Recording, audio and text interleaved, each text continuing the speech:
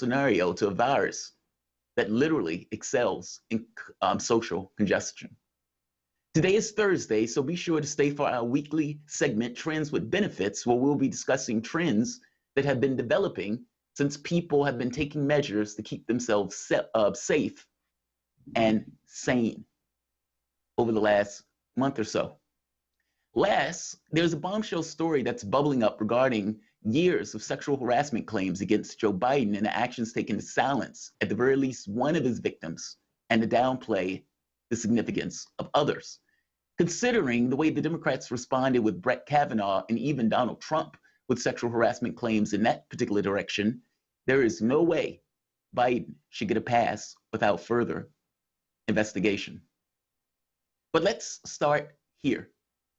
There's a cynical perspective from lay people, from just rational actors that don't necessarily entirely pay attention to politics, that Congress, Washington, does not work, that it doesn't necessarily do the job. Now, I'll be even more cynical than this and say that Congress actually does work. Washington can snap to action when it's something that either they're donors or something that they're interested in. When they wanted to give massive tax cuts, Washington snapped into action, whether that was under Bush or Obama or Trump. Whether they want to increase the military budget, again, Washington snapped into action. And even when it became the issue of let's prop up Wall Street, again, Washington snapped into action. Right now, we're in the middle of a pandemic. And while we're in the middle of this pandemic, the question becomes, what does your government prioritize? What does your government care about? And considering we're in the middle of a, let's say, a fire, well, the things that they throw their body on, the things that they talk about, that they put massive amounts of attention on in regards to trying to protect, I would make the case to you that those are the things that Washington cares about the most. And that has more to do with business, not necessarily human beings. Like I made the point, the bill passed 96-0 out of the Senate. Now, this was an agreement between Democrats, Republicans, the White House, and all information that's coming out up to this point is saying that it will most likely pass the House. Now, while this is going through the House, we have a situation where Donald Trump's approval rating is actually going up despite a certain degree of incompetence. Now, this was presented to one Joe Biden yesterday, and listen to Joe Biden get fact-checked on Trump's increasing strength, but listen to how this interview ends up, where you basically have Joe Biden agreeing in this kind of hunch shoulder perspective of, yeah, I guess Trump does appear to be rather strong. Let's hear the clip. A few recent polls suggest that public approval has actually increased of the president's sort of job performance. And I wonder why you think the public doesn't see his leadership the same way as you do. Well, I'm not suggesting what the public sees about his leadership. Let me take the last question first. What I'm suggesting is that I know what has to be done in the following, that faster is better than slower. There's things we need now, not tomorrow, not yesterday, but months ago or a month ago, and the president's not acting. Now, I don't care whether the president's numbers are going up and down. And yes, and I noticed that the president's numbers of the public have gone up in handling this crisis, but they haven't gone up in terms of his presidency. Gallup did show he is now at 49% job approval, which is a reversal from a few weeks ago. So it's just an interesting development. It does suggest that the American people see him as a stronger leader than you've been maybe characterizing him. Well, I hope that he does. He's so strong that he's up way above that, because we need the help now. We need help now. I have no idea what Joe Biden is talking about. Initially, he goes with the idea. Oh, well, he's not gaining strength in regards to his approval rating. She's like, well, actually, Joe, he is. And then you find a situation where he agrees, okay, well, yeah, I kind of want him to be pretty strong. Well, wait, do you want him to be strong or do you want to win? And do you agree with the perspective of the American public? Because I got to be honest, the American public could be wrong.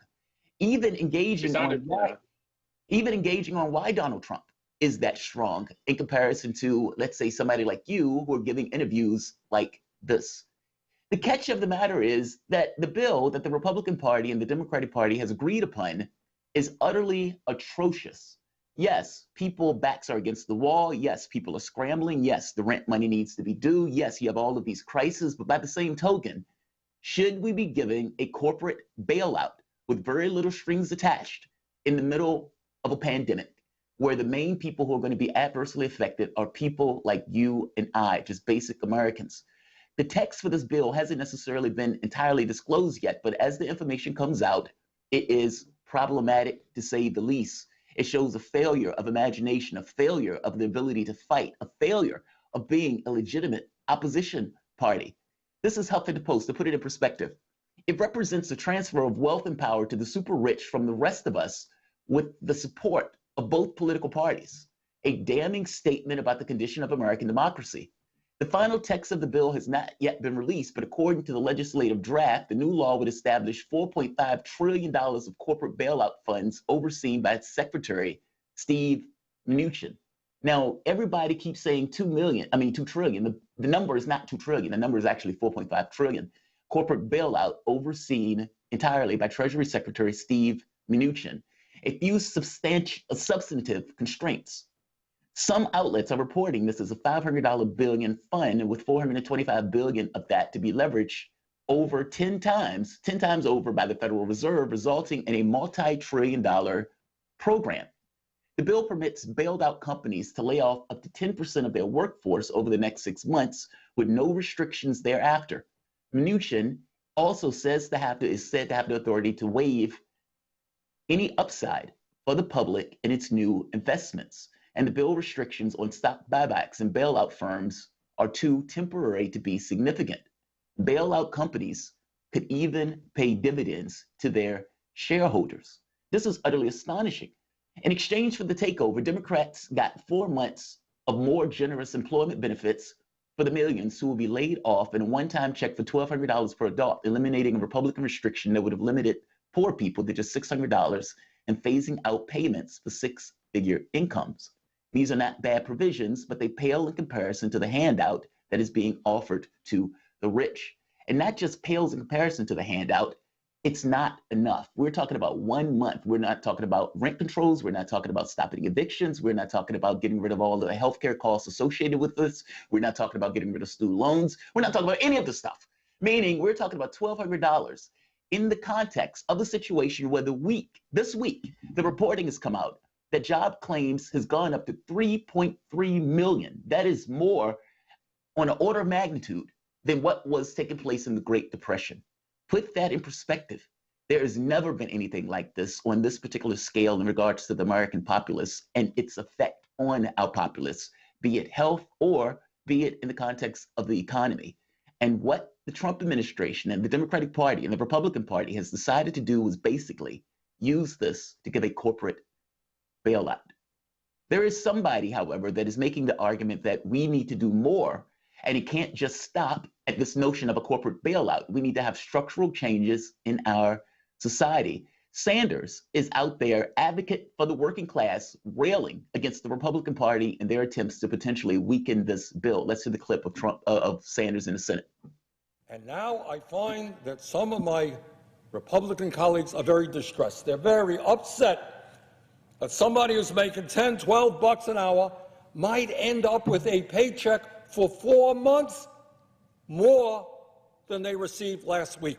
Oh my God, the universe is collapsing. Imagine that. Somebody who's making $12 an hour, now like the rest of us, faces an unprecedented economic crisis with the $600 on top of their regular unemployment check, might be making a few bucks more for 4 months. Oh my word, will the universe survive? How absurd and wrong is that? What kind of value system is that? Meanwhile, these very same folks had no problem a couple of years ago voting for $1 trillion in tax breaks for billionaires and large profitable corporations. Not a problem. But when it comes to low-income workers in the midst of a terrible crisis, maybe some of them earning or having more money than they previously made, oh my word, we got to strip that out. absolute point. Basically, the notion that he is pointing to is that you guys are so completely concerned about a few people who are barely making ends meet, making a little bit more to try to deal with this kind of crisis, as opposed to the billions and billions of dollars on a whim you're willing to give either the military or all of these various corporations. It's utterly astonishing. And Sanders has an extremely good point. It tells you where their head is. In the midst of a situation with income inequality beyond anything that we've seen in this particular country before, you had Trump giving a massive tax cut. That is after Obama gets out of office, where he gave 95% of the income gains to the top 1%. You want to know where the priorities of your government lies? I would say, look here. Yesterday, I did a video on Cuomo dealing with Trump trying to effectively get assistance in New York. Well, this kind of goes to Sanders' point that the issue here goes beyond just any particular one party or any particular person. It goes into a system. Cuomo, for all of his protestations about the problems that Trump and not getting a response back, is also in part responsible for the situation that New York faces. Let's hear the clip on Cuomo. I would call Governor Cuomo probably the single most important person in terms of the drive to close down hospital beds in this state over the last 20 years. In New York State, we've gone from 73,000 beds to 53,000 beds from the year 2000 to the present time. So specifically because of policies that Governor Cuomo has pursued, we are now 20,000 beds behind where we need to be in terms of trying to scale up our capacity to these unprecedented levels. Governor Cuomo estimates, I think this week, that we need 140,000 hospital beds to have enough capacity to treat patients that need oxygenation and hospitalization during this crisis. So we're starting at 53,000 instead of 73,000 to scale up to this, to scale up to the need that is being estimated. You heard that right.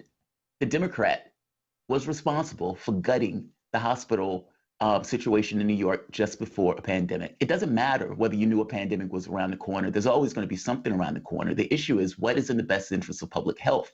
And for all of the screaming now, he was instrumentally responsible for hurting New York in this situation.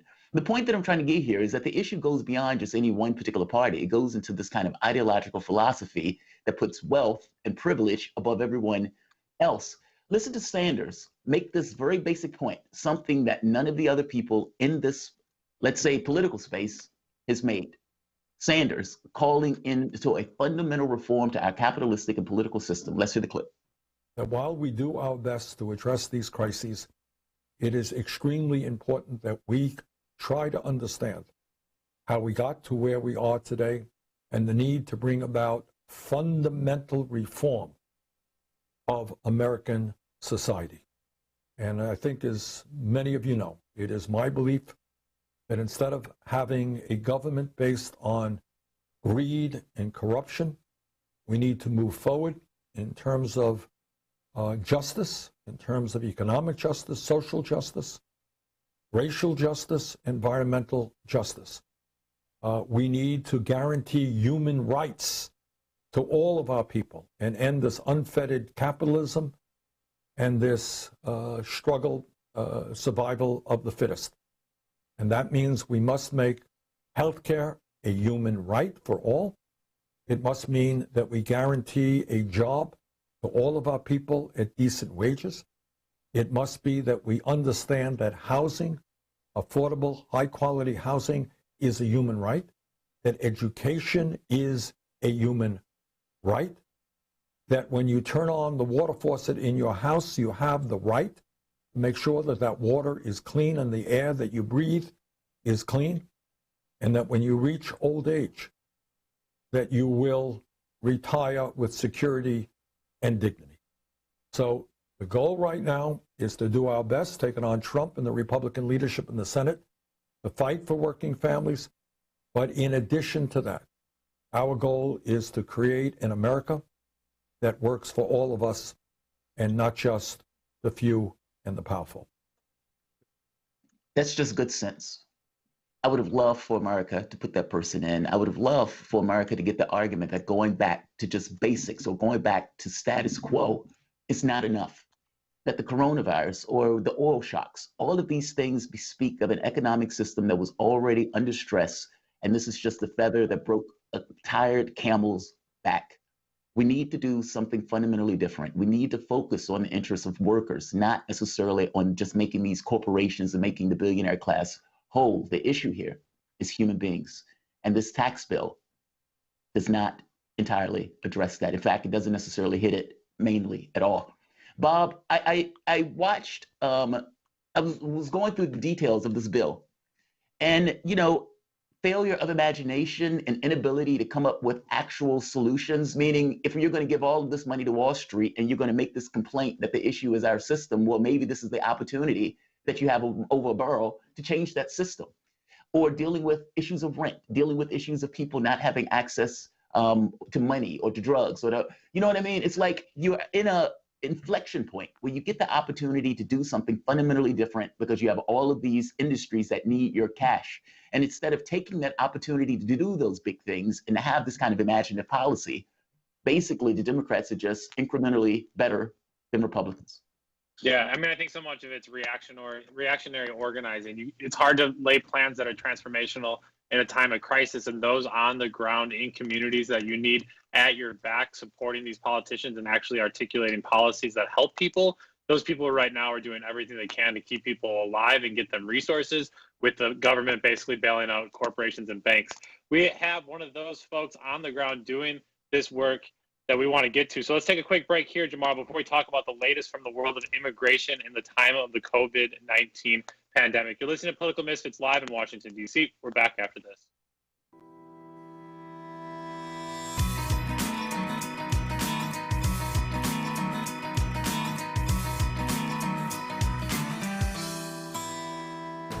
Tune in every Monday to Loud and Clear with Brian Becker for our regular segment, Education for Liberation with Bill Ayers, where we take a look at the state of education across the country. What's happening in our schools, colleges, and universities, and what impact does it have on the world around us? Our resident expert is Bill Ayers, the legendary activist, educator, and author.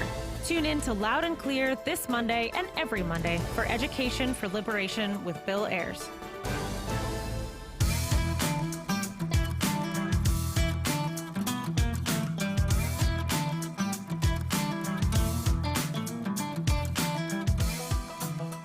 Welcome back to Political Misfits, the show that goes against the grain. My name is Jamarl Thomas. I'm here with Bob Schlaithuber, and we've been talking about the government's response during this pandemic and who is being forgotten in this pandemic and who's being attended to. And among those who've been forgotten are immigrants, migrants, and people seeking asylum in the United States. It's been a little hard to gauge what, if anything, is changing with ICE, that's Immigration and Customs Enforcement, and the Border Patrol in light of the pandemic. We already had families being separated and kids locked up in cages along our borders. We've already had kids dying alone in these facilities from preventable illnesses. If we didn't care enough to stop that before the COVID-19 pandemic, what hope is there preventing it or stopping it now? Early last week, the administration said it planned to simply turn back anyone trying to cross the Mexican border without documentation, whatever their reasons. But before that, on March 13th, there were stories of surges in ICE arrests in cities like Boston and New York, and after stories of ICE agents actually pursuing immigrants into hospitals and clinics. Congress people were pleading with the agency to at least stop its enforcement activities in medical centers because they didn't want to deter sick people from actually going to those medical centers for help in their attempts to track the pandemic. Just the idea of pleading with immigration cops to not address sick people in the hospital is utterly revolting. On Tuesday, the Washington Examiner reported that even Border Patrol agents themselves feel hung out to dry, given little explanation on how to protect themselves, let alone the people they detain. Management is paying lip service to guidelines, saying stay 6 feet away from other people, but this is still like having a morning group meeting, and they're still expected to interact with immigrants. The story really highlights how little regard there is that's given to people tasked with doing administration's dirty work. Oh, you guys thought you were part of the cool kids gang. Think again, you're almost as expendable as the migrants you're being pitted against. That's the message, the way I see it anyway. We're joined by Juan Jose Gutierrez, an immigrants' rights lawyer and executive director of the Full Rights for Immigrants Coalition. Juan, how's it going today? It's going okay, Jamal and Bob. Thank you for inviting me. Excellent. So, as usual, it's kind of hard to tell what's happening on the ground at the border. I mean, basically, you have to just kind of get the information as it comes out. Do you have any sense of what the situation is like for the detainees there? Are there any precautions that are being taken to prevent an outbreak at these detention centers? Well, there is very little reliable information on which to judge what is happening to the thousands upon thousands of detainees along the border in ICE-run detention centers. We know for a fact that in total there are about 40,000 detainees, a significant percentage of whom are detained along the border. And we also know that on the Mexican side, there are roughly 60,000 Mexicans that have been forced to remain in Mexico in life-threatening conditions while awaiting their court hearings. And Doctors Without Borders issued a report recently that found that 80% of those migrants waiting on the Mexican side under something called the migrant persecution protocols, have been abducted by criminal networks, and 45% of them have suffered violence up to and including rape. So, the situation is horrendous. I think that we can assume that if the American people are not being adequately being taken care of, what can we expect from an administration to do with thousands of undocumented detainees, who have been described to the American people as criminals and rapists and so on, that are only coming to the U.S. not to seek protection and work, safety, but instead to cause harm to the country. As far as I'm concerned, I think that based on everything that I know about the type of treatment that even children are receiving at the hands of immigration authorities along the border, where some of them have lost their lives, as you said in your introduction, from preventable illnesses, right?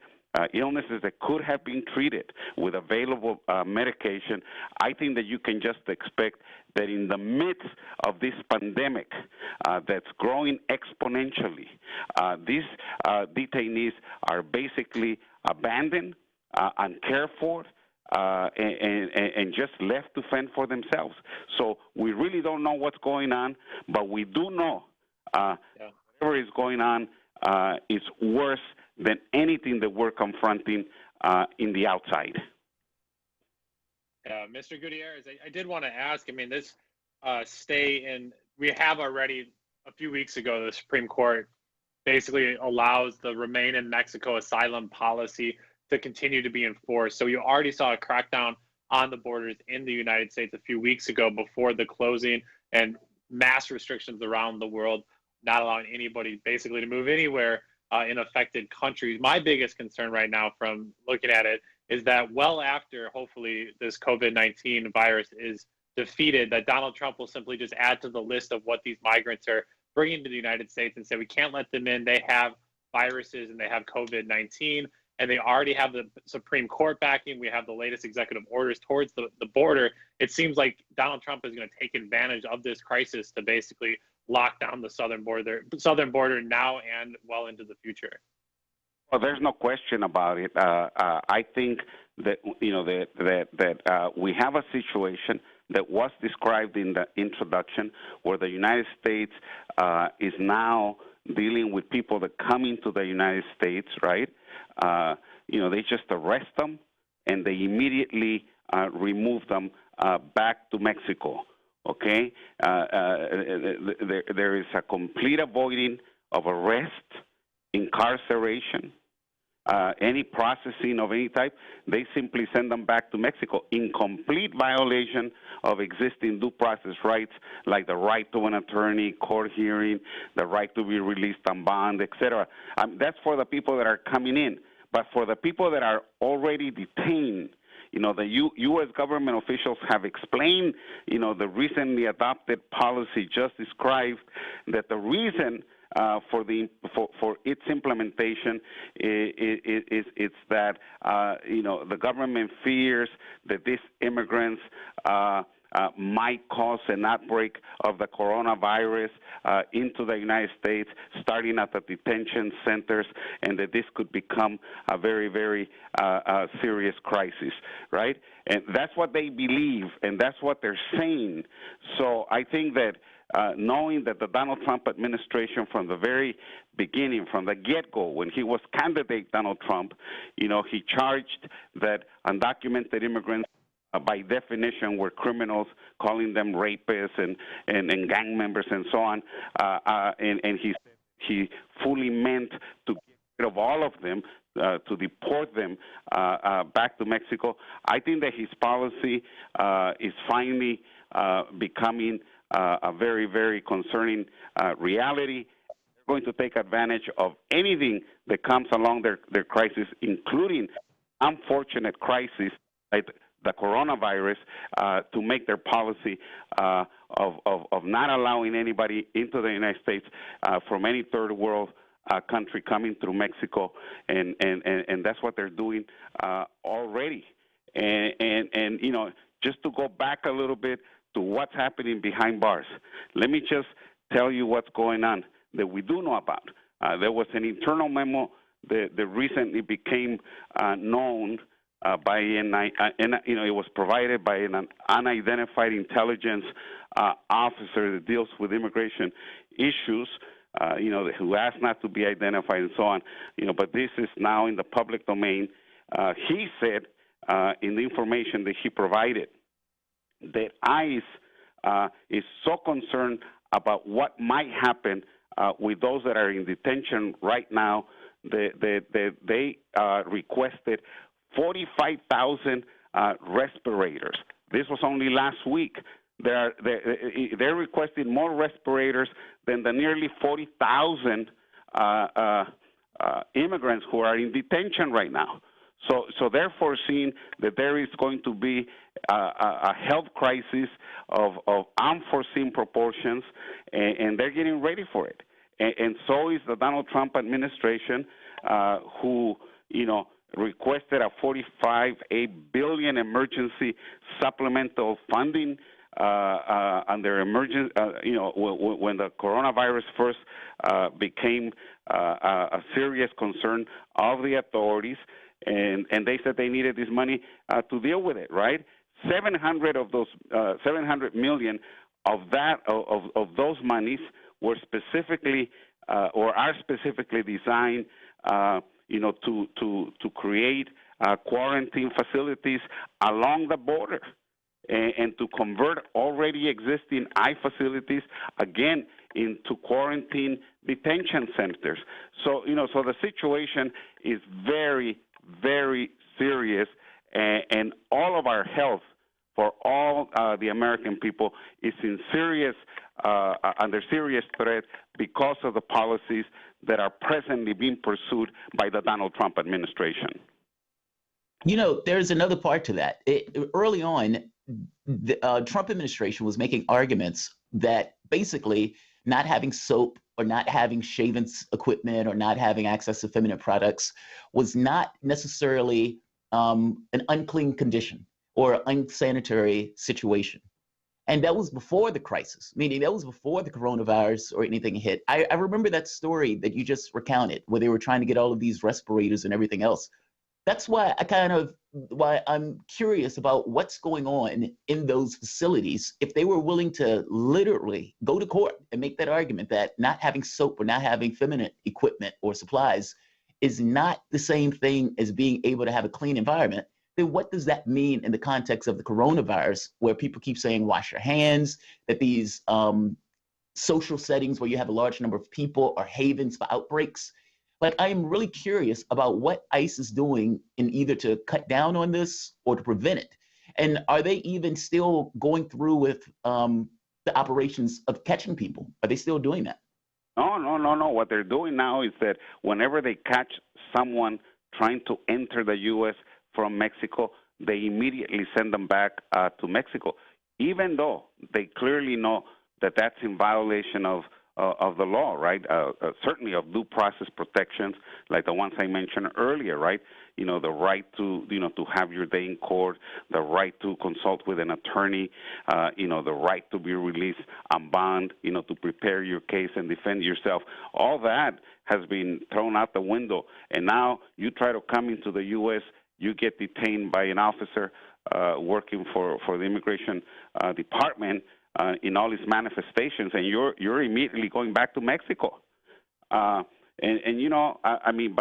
that's only one problem. The other problem is that we have a serious, I believe, a very serious public health hazard at these detention centers along the border and all over the United States. Yesterday, it was reported that a young Mexican man, about 28, 29 years old, was diagnosed with being infected with the coronavirus at an immigration detention center in the state of New Jersey.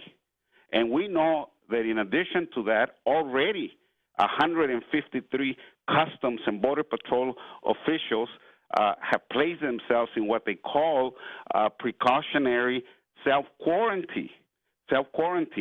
So we know that officers of the Immigration Department have been contaminated or are feared to be contaminated by coronavirus.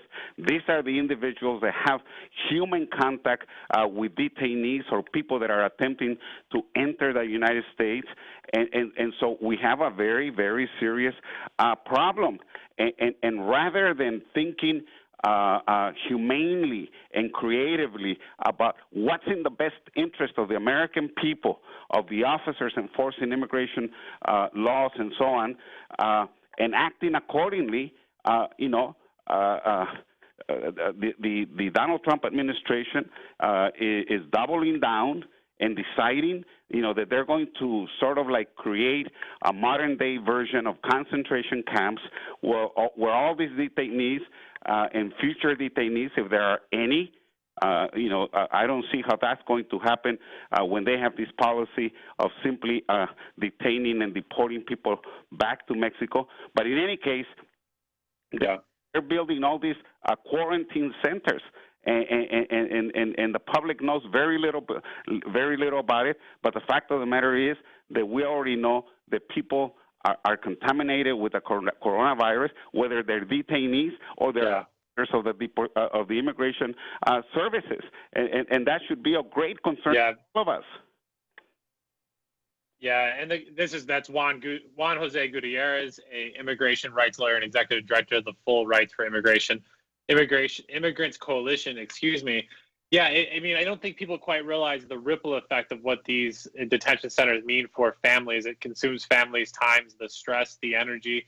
You also understand now this major $1 trillion bill from Congress that's not going to reach undocumented families or people that are also trying to get money back to people at home. Juan Jose Gutierrez, we just have a few minutes left. I did want to point out the news here today that the United States has indicted Venezuelan President Nicolas Maduro on drug trafficking charges, a strange charge for a country to level against the leader of another country, to say the least. But these latest drug charges will come with increased sanctions on top of Venezuela and the Maduro administration. And the State Department is offering $15 million for information that could lead to Maduro's capture, which is just absolutely stunning to us. But if you talk about how policy has a ripple effect, increased sanctions on countries in South America, throughout Latin America, that's just going to lead to more migrant flows to the southern border of the United States. And that's shocking to me that this administration is so incompetent and evil that it's willing to put sanctions on a country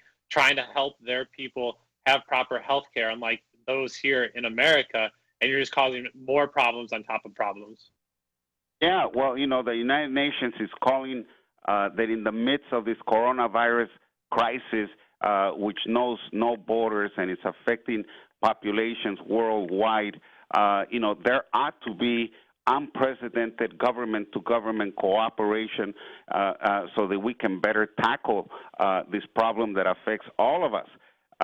You know, in the case specifically of immigrants in detention, over 3,000 medical professionals signed an open letter urging ICE, and we believe that this is the right thing to do, to release all detainees except, you know, those that pose a danger to the community, and this to be done in order to prevent the spread of the coronavirus. And what is the Donald Trump administration doing? Well, you know, like you said, it indicts Venezuelan President Nicolas Maduro. The country is undergoing, you know, that in that South American nation, a very severe crisis, and you know, and our government keeps trying to topple that government. You know, yeah, no, it's so much. It's remarkable what they'll do while basically robbing the banks. We're going to talk about the big payday coming for America's corporations and banks at the expense of Americans and the world. That was Juan Jose Gutierrez, an immigrant rights lawyer and executive director of the Full Rights for Immigrants Coalition. Mr. Gutierrez, thank you so much for joining us. Thank you. Thank you. You've been listening to Political Misfits live in Washington, D.C. on Radio Sputnik. We're back after this.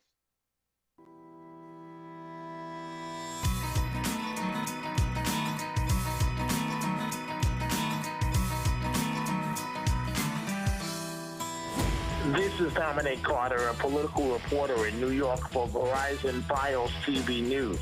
This is Dr. Bill Honigman of Progressive Democrats of America, PDAmerica.org. Hey everybody, my name is Tim Black of The Tim Black Show. This is Tom Luongo of Gold Coast and Guns. Hello, this is Benny Johnson. Hi, this is Juanita Broderick, author of You'd Better Put Some Ice on That. This is Jamarl Thomas from the Progressive Soapbox. Hey, this is Raheem from D.C. This is Rachel Blevins, a correspondent with RT America, and you're listening to Fault Lines with Nixon and Stranahan. When I'm waking up in the morning and I'm looking for what's on the queue for the day, I tune to Fault Lines with Nixon and Stranahan. The wokest radio show for your wokest AM. These guys are the best in the business and experts when it comes to policy. They're bringing you the top headlines with an angle that you won't see in the mainstream media. Fault Lines is the greatest show on the radio. I enjoy immensely talking with Lee and Garland. They always treat me from either side with due respect, and it's a wonderful conversation. The best morning news show in America. Fault Lines with Nixon and Stranahan. Lee and Garland speak truth to power from the depths of the swamp itself, right here on Radio Sputnik.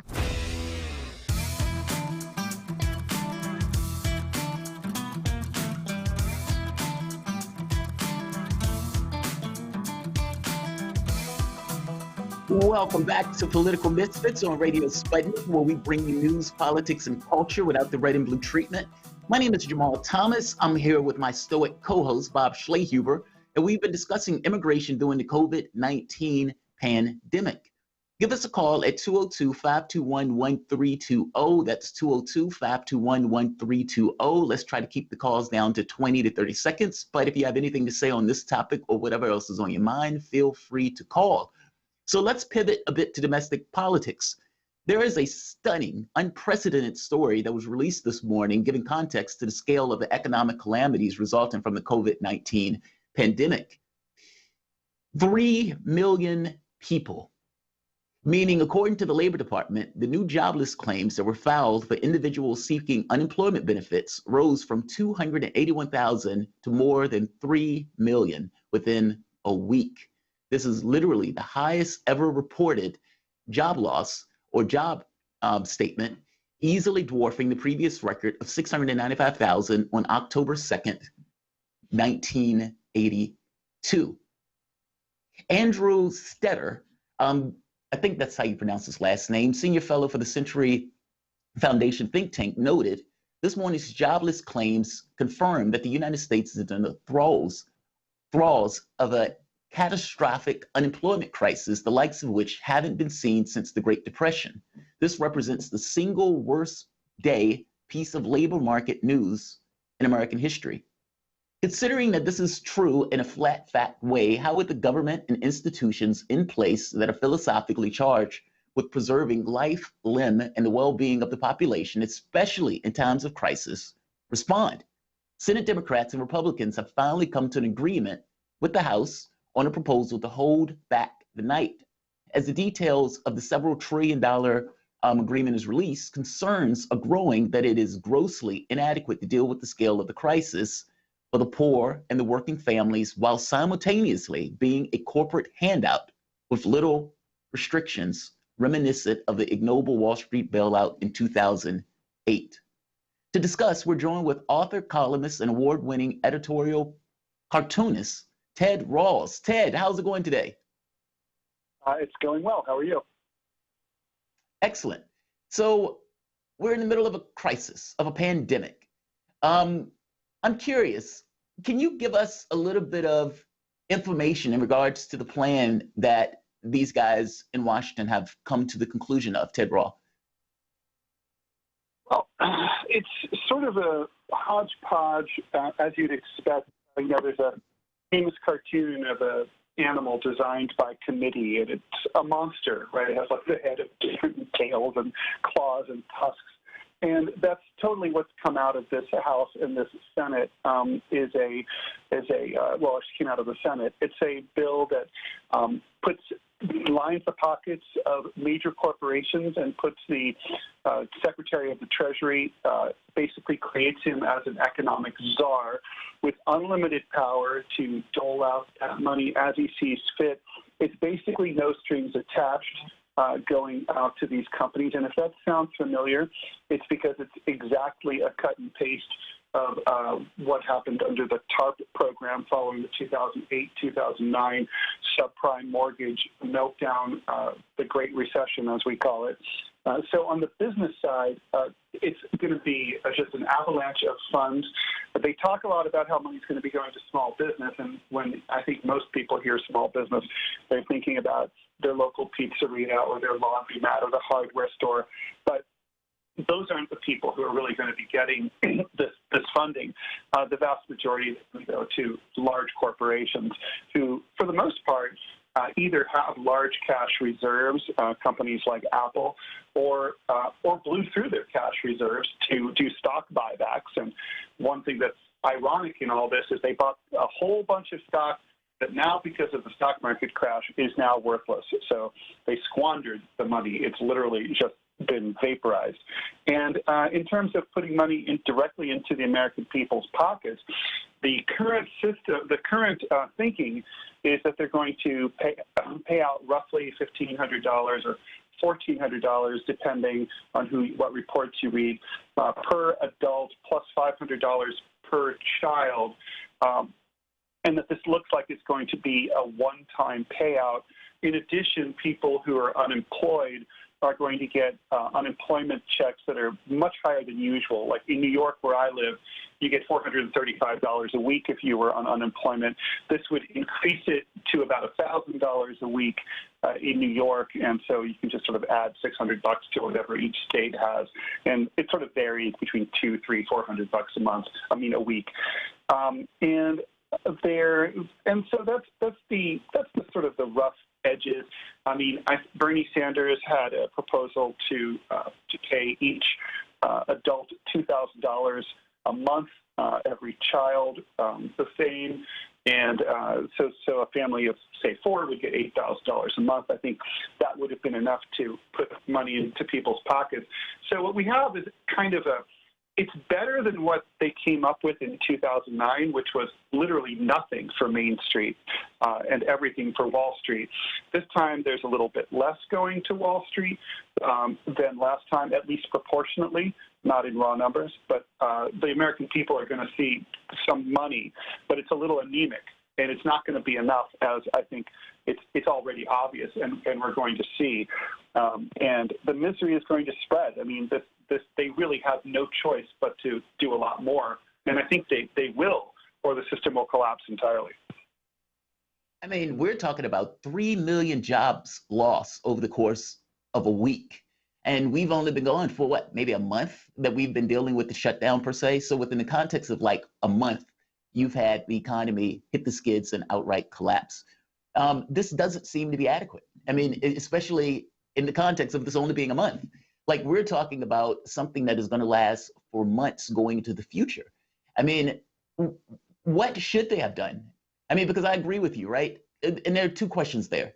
What should they have done in regards to trying to actually deal with this, to plug the hole and to stop the pain? But also in the context of restraints, like, are there any restrictions on this money where they can ensure that this is not just full of fraud or full of businesses that are screwing people over? I mean, they're allowing 10% layoffs, and Mnuchin is going to have the last say so in regards to whether or not he wants to give a waiver to the restrictions that they do have.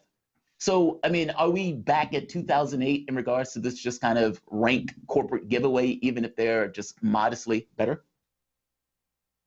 Well, I mean, you're quite right. And just, side note, you mentioned the 10% layoffs will be considered acceptable. That's the world we're in now. I mean, a couple of weeks ago, the unemployment rate was 3.3%. And if the unemployment rate had shot up in 1 week to 10%, and it's going to go a lot higher than that, but 10% would have been considered catastrophic. Trump would be looking at very low chances of being reelected. So that's where we're at, where we consider 10% to be good.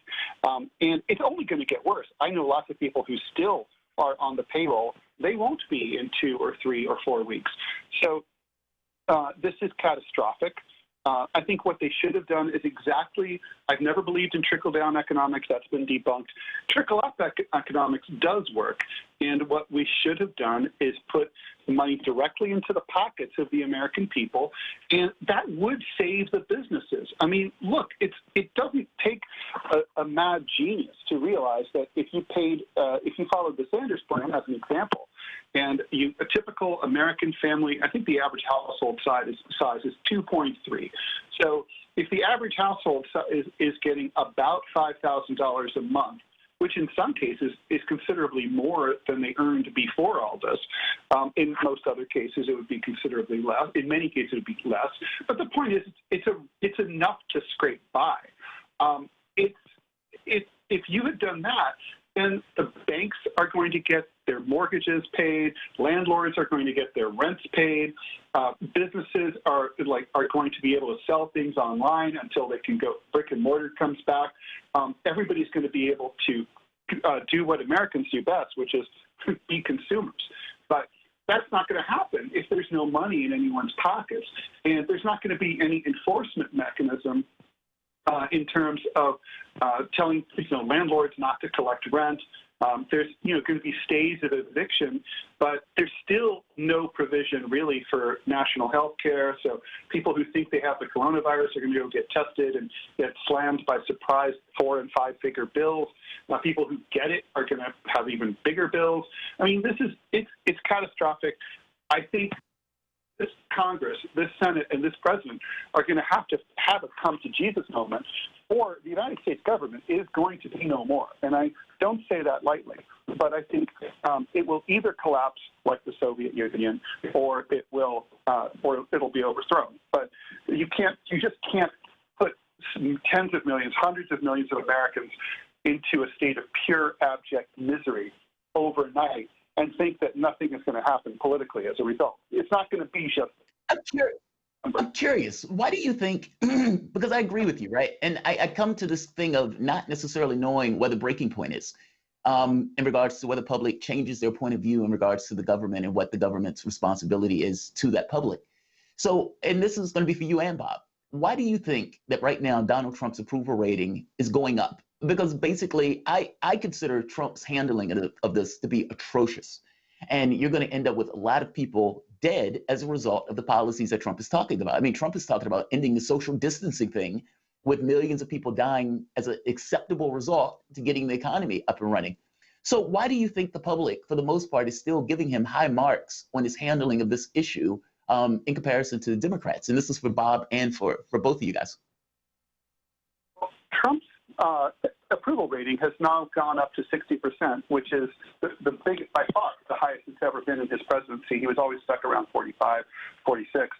And I think three things are going on. Number one, he is people. It's a time of crisis. People rally around the president during a time of crisis. After 9/11, George W. Bush's approval shot up to 90%. It didn't last, but people want to rally around the president. They want the president to do the right thing. Number two, Trump has expressed a desire to put some money into people's pockets. People like that idea. It's like, hey, let's get those Trump bucks. They're not. They'll soon realize, of course, that there's not going to be enough of them.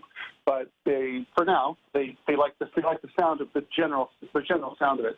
And number three, Trump's sort of ridiculous optimism about opening America and filling the churches on Easter Sunday people like that too because they're scared to death. And if he's able to deliver what seems to be good news, although it's obviously not true, it's not going to happen, temporarily, that's just a boost. But he's just created a popularity bubble that is going to burst with the passage of time and the acknowledgement of reality. Yeah, I mean, for me, it is kind of the passing of time will burst the bubble, as Ted is saying. That's Ted Rawl that's joining us here on Political Misfits. We're live in Washington, D.C. It's political education, at the end of the day. And I think so many people that have been living in crisis that are going to feel the impacts of this COVID-19 pandemic have been dealing with crisis for decades now. They're not expecting the government to do much for them. They've checked out of political participation in so many ways. I mean, half of the American populace didn't even vote for Donald Trump. And so I think in many ways, he's able to defer some of those polls that show his real favorability because it's only trying to maybe poll certain subsets of the population.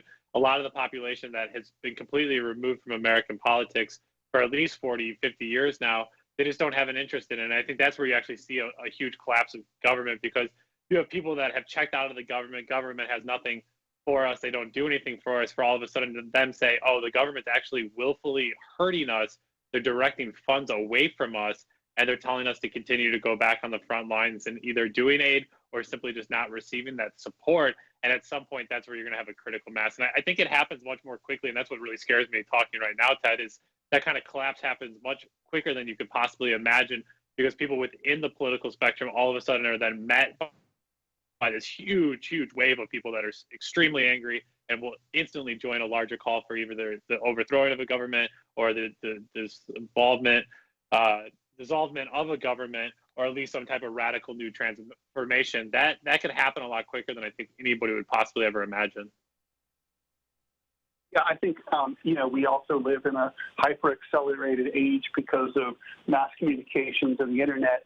So as fast as that can happen in an instant historically years ago, but it will happen even faster now. And the system seems completely unaware of what's going on. I mean, I was reading recently about Tsar Nicholas II, the last Tsar of Russia before the Bolshevik Revolution. And the dude really thought everything was going to be just fine. He had no idea how incredibly his regime was. And that is, I think we're looking at that level of stupidity in Washington. There's just so... And that's what I mean, Ted, isn't that what they're basically saying, though? I mean, obviously the open by Easter, but, oh, yeah, the economy, like in a few months from now, when things open back up, everyone's going to be rehired, everything's fine, back to it. I mean, that's the type of hubris that we're facing right now, that they think the economy can just have a defibrillator hooked up to it. You shock it once and the person stands back up and they're back on the street. No, you have to recover, and it's a quite traumatic event to have a defibrillator hit your body. You don't just go out the next day and start jogging. Yeah, well, that's right. It's kind of like after a tornado devastates a town, there's always some local TV anchor person standing in the rubble and says, and now the rebuilding begins. Well, the rebuilding may never begin. The town may be gone forever. And it's certainly, if it is ever rebuilt, it's going to take years and years and years, and people will never be made really whole the rest of their lives. You can't just shut down an entire economy. It's not like everyone's going back to work. I mean, those of us who are old enough to remember the OPEC oil crisis of 1974 remember that this was a relatively minor thing compared to what we're facing now. And the ripple effect in the American economy lasted well into the 1980s, the better part of a decade, and in fact even changed our whole foreign policy perspective to becoming completely oil and natural gas obsessed and fighting wars over it. So this is unprecedented. I mean, it could even be worse than the Great Depression, and this time there's no FDR. You know, that's the terrifying part. I mean, when I think of some of the crises that we run into, either the Cuban Missile Crisis, where you have a John F. Kennedy, or like you said, the Great Depression, where you have an FDR, that's not where we are in our political climate. Well, I did want to just ask there, Jamarl, since Ted Rall is in New York, is not Andrew Cuomo, the governor of New York, is he not having his presidential moment right now, Ted Rall? Oh, good point. Yeah, no, I think that's right. I mean, I'm hearing lots of rumblings about a draft Cuomo movement. Obviously, the Democratic Party is facing its own crisis, not just because they can't really hold primaries or campaign anymore, but because, the front runner for the nomination is, to be charitable, suffering some, mental acuity issues. And they're pretty visible to people who want to pay attention. And so I think party insiders, they don't want Bernie Sanders. They've already fixed it against him. And now but now there's probably a little bit of buyer's remorse, albeit secretly, with Joe Biden. And Cuomo as a New Yorker, I have to say, I always thought he was a singularly unimpressive governor, but greatness appears to have been thrust upon him to some extent in his briefings. And he's really risen to the occasion and then some. So I think the Democratic Party would be foolish not to consider that. But can you really go in 2020, can you really go to a general election with a nominee who was not elected by anyone in the Democratic Party? I mean, is it still a democracy if we do that? And I would say no, it isn't. Yeah, interesting times. And as much as I think you make a good point that Cuomo maybe has stepped up to the moment, it also seems like he did quite a bit to break the state when it comes to the number of hospital beds, over policing, cuts to Medicaid that have even left it in such a crisis that he can even try to emerge as the leader and hero. Well, that was Ted Rall. Thank you so much for joining us, Ted. We're going to turn to another break before we come back to talk a little bit more about policing and the military during the COVID-19 pandemic. You're listening to Political Misfits live in Washington, D.C. We're back after this.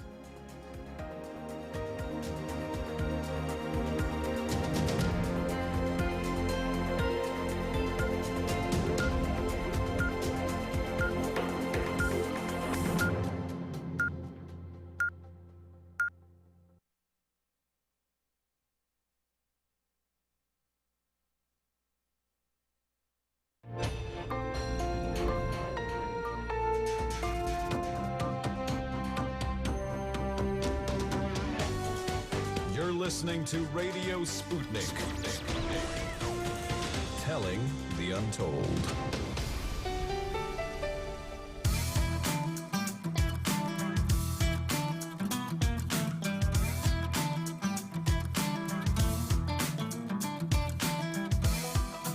Welcome back to Political Misfits on Radio Sputnik, where we bring you news, politics, and culture without the red and blue treatment. I'm Bob Schlaver here with Jamarl Thomas, kind of here with you, Jamarl Thomas. Jamarl and I at home on Skype. Big shout out to our engineers, Andre, Dimitri, Philip, Ryan, Saul, all of the guys there keeping us on the airwaves so we can continue to bring you the news and the latest from the world and the United States. We continue to talk now about the role of policing and the military here in the times of COVID-19 pandemic. Here to join us is Abdus Lukman, co-founder of Coffee, Current Events, and Politics, and Lukman Nation. We got one half of the nation here. Mr. Lukman, how are you doing today? I'm fine, Bob. How are you? I'm doing all right. Well, I wanted to talk to you and all of you out there who wanted to get in on this conversation around policing and the military. 202-521-1320. That's 202-521-1320. Abdus, by the end of this week, 21 states will have issued some variation of a stay-at-home order, equaling more than 50% of the U.S. population to stay home. From there, it will be then left to see how the state goes about enforcing the order and what role the military and police will play to enforce social distancing and at-home orders. Abdus, this is an unprecedented moment, and in most moments like this, the state looks to take advantage of the situation and increase its controls on people. Yet, what is truly then bizarre, there is a health risk to the state's police and military force in actually tightening those restrictions and controls. Abdus, I'm curious your take so far on the state of policing. You live quite close to the District of Columbia's border with Maryland. The DC National Guard has already been called in. You live near communities and in communities that are already heavily policed all year round. What has it been like the last 2 weeks here since the national emergency has been issued? Well, actually, Bob, I haven't really seen a major difference in the way that the police have been policing. Of course, I live in Ward 8. So just to put that in context, is the reason is that we're already heavily policed, Ward 8 and 7, which is the poorest neighborhoods in D.C. And so, we're already heavily policed. So, but outside of that, I haven't seen any major difference in the way that the police have been policing it. And as far as the National Guard go, I've seen, I think it was a couple of days ago, I seen a military Jeep, a Humvee, I guess they call it, and I think I saw like 2 military vehicles, but I don't know what role they were playing. But I just feel that this is very, very scary, and I'm always suspicious of the state and their police apparatuses.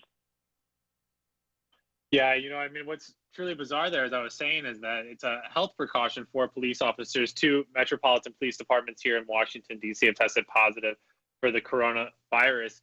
And what many people are saying is, look, if you're going to tell us people to stay at home or 6-foot distancing, the police should do the same and keep the same amount of distance from people as possible. And there's no need for sure to be issuing any nonviolent offenses or arrests. And despite the risk to officers, you have just last Thursday here in the district, police officers in the narcotics division implementing a buy and bust, basically selling some types of drugs to people or buying it from people. And when they basically commit the illegal act right there, you arrest them. So you're basically being told, don't go anywhere near people, especially strangers where you don't know where they've been.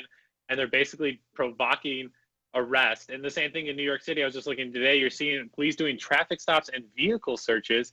So again, you're basically initiating the traffic stop, but then you yourself are then engaging inside. If it's all about staying out of closed spaces where people are inside of, why would you stop a car that makes basically rolls a red light or takes a soft right and then actually investigate and do a search of the vehicle, Abdus? It just seems like some of these police officers, you could tell them don't go and police Black and brown bodies, and they'll go out and do it 4 times more.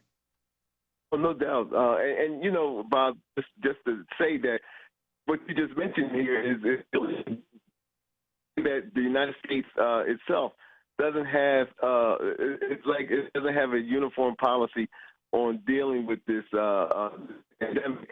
I mean is that here it is. More and more people are not staying at home, especially where I live at. Yesterday seemed like it was a normal rush hour, coming out of Waldorf and other areas.